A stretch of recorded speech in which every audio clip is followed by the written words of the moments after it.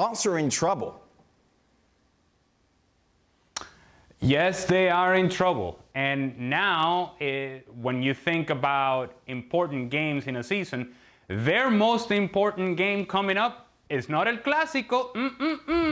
It is next week against Inter. Now, we have to, when we have this conversation regarding Barcelona and Champions League, we cannot get away from the fact that they've invested so much money that they didn't have into this club, into this team for right now, to get results right now. They're not thinking about the future. If they were thinking about the future, they wouldn't have spent the money in the manner in which they did. And so they are banking on this version of Barcelona making a deep run in Champions League. What a catastrophe, what a disaster it would be for Barcelona and Xavi if they're unable to advance out of the group stage. So it all comes down really and truly to that matchup against Inter at the Camp Nou. It's a must-win. There's nothing else, nothing to discuss. It's a must-win for Barcelona. A whole lot of pressure on these players and this coaching staff to get it right.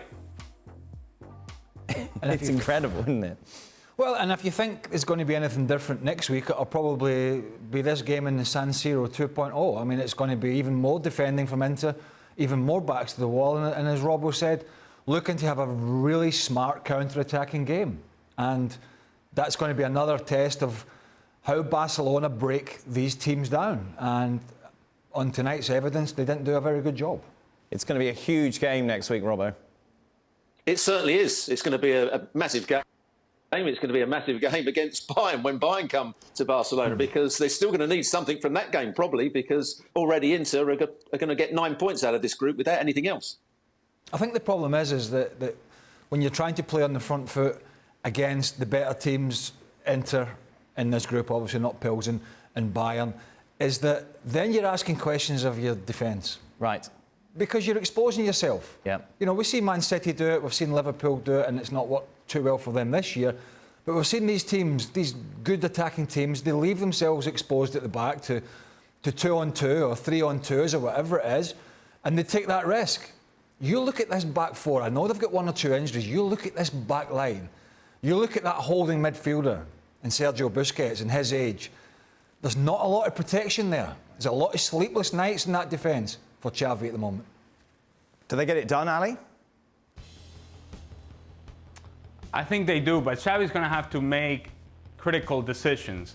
And for a long time now, I have been saying, and Stewie alluded to it, I've been saying that Dembele and Rafinha cannot be on the field at the same time unless you put Rafinha down the right. That's where he's most successful. Now, Dembele is most successful down the right side as well. We saw Rafinha against Tunisia with Brazil last week, scored 2 goals coming from that right-hand side. He was lost today down the left. And Marcos Alonso doesn't really give you a credible threat down the left-hand side. So if you're Xavi, you're going to have to truly evaluate, how do I make myself or make my team have credible threats on both sides on the field, so that teams cannot just skew everything, center everything, and kind of push everything to one side and make it predictable.